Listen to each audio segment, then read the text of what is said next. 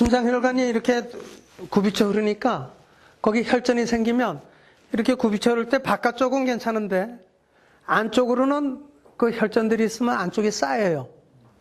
그래서 심장혈관이 좁아져요. 좁아지는, 예를 들어서 한 50%, 60% 좁아져도 우리가 느끼지는 못해요.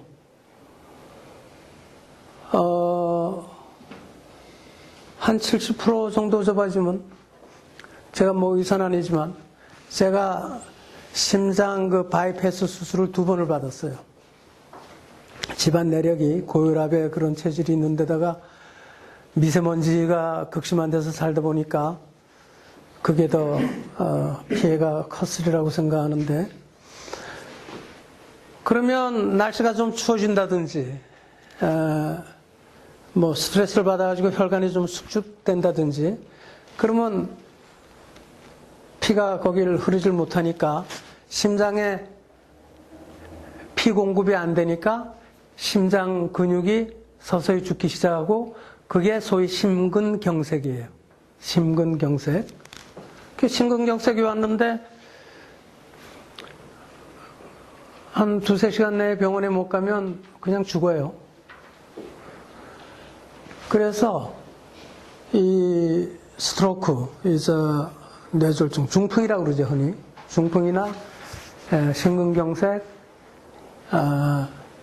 이런 병으로 죽는 사람의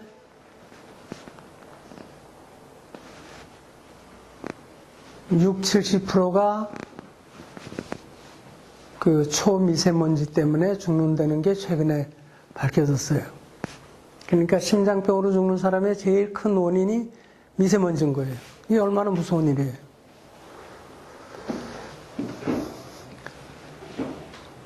또 이게 화학 1급 발암물질이기 때문에 폐암의 원인이고, 담배 펴서 폐암 걸리는 사람보다 미세먼지로 해서 폐암 걸리는 사람이 훨씬 많아요. 그래서 전 세계적으로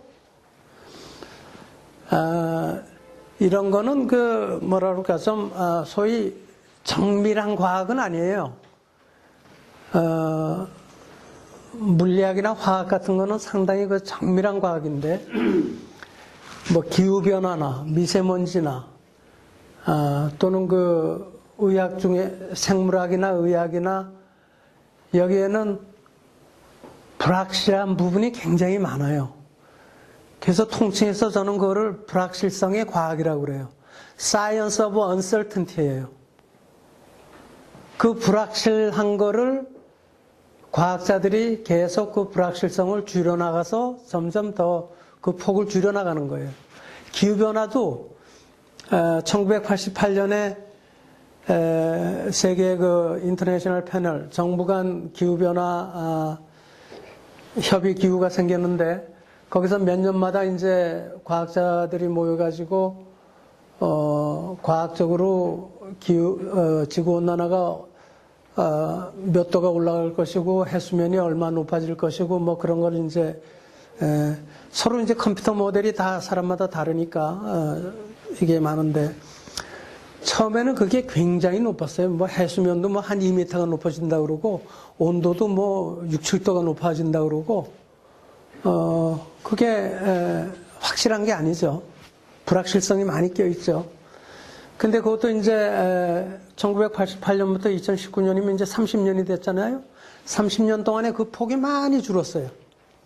그러니까 어떤 시나리오로 가면 해수면이 금세기 말 되면 30cm 내지 60cm가 높아질 거다 하고 폭이 굉장히 좁아졌어요. 옛날에는 막 몇 미터가 된다고 그랬거든요. 이게 이제 불확실성인데, 지금 미세먼지도 이걸로 해서 확실한 거는 지금 심장 관련 질병, 폐암, 뭐 호흡기 질환은 물론 그렇고 폐질환, 이게 대표적으로 피해를 크게 보는 거고요. 요즘 연구를 많이 하고 있는 게 이걸로 해서 임신부가 태아한테 그 미세먼지가 어떤 영향을 주느냐. 영향이 있다고 나와요.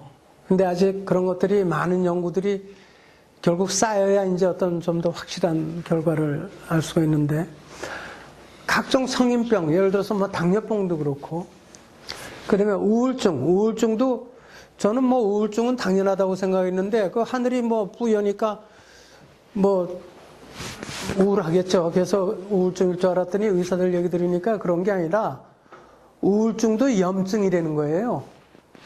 우울증이 그냥 기분 나빠져서 우울증이 아니고, 뭐 비가 오고 꾸물꾸물해서 우울하게 느껴져서 우울증이 아니고 염증이랍니다. 그래서 우울증을 약으로 치료를 해요. 치료가 되잖아요. 그 염증을 치료하면 치료가 되는 거예요.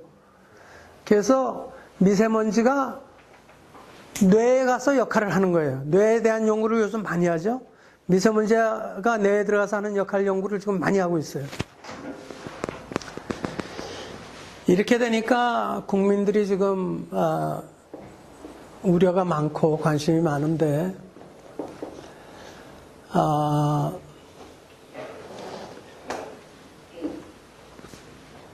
초미세먼지를 해결을 하려면 초미세먼지가 어떻게 생겼는지를 알아야 할 거 아니에요. 무슨 과정의 을 통해서 생기는지.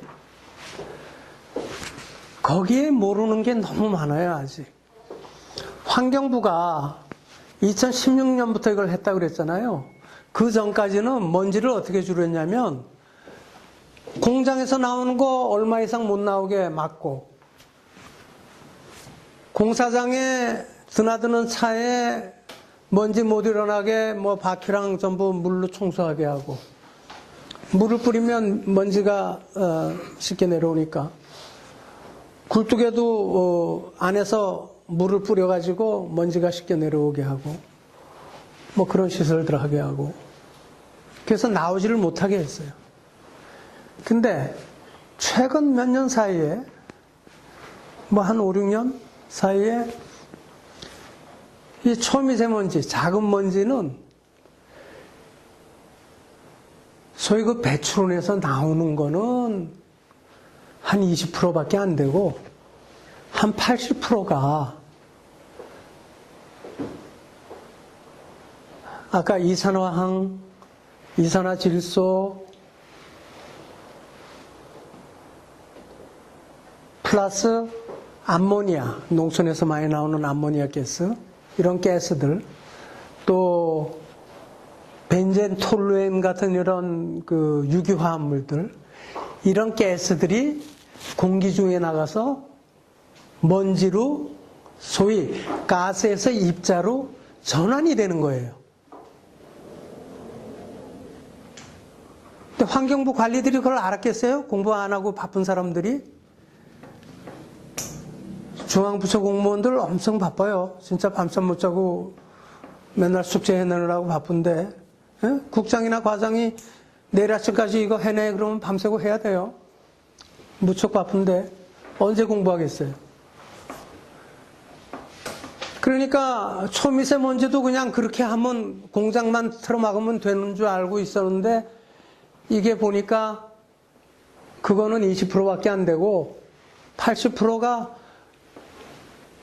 소위 그 프리컬서라 그래요. 전구물질, 먼지가 되는 전구물질, 그 지금 기체들, 그 기체들 때문에 생기는 건데, 이렇게 되니까 할 일이 너무 많아지는 거예요. 과학자들도.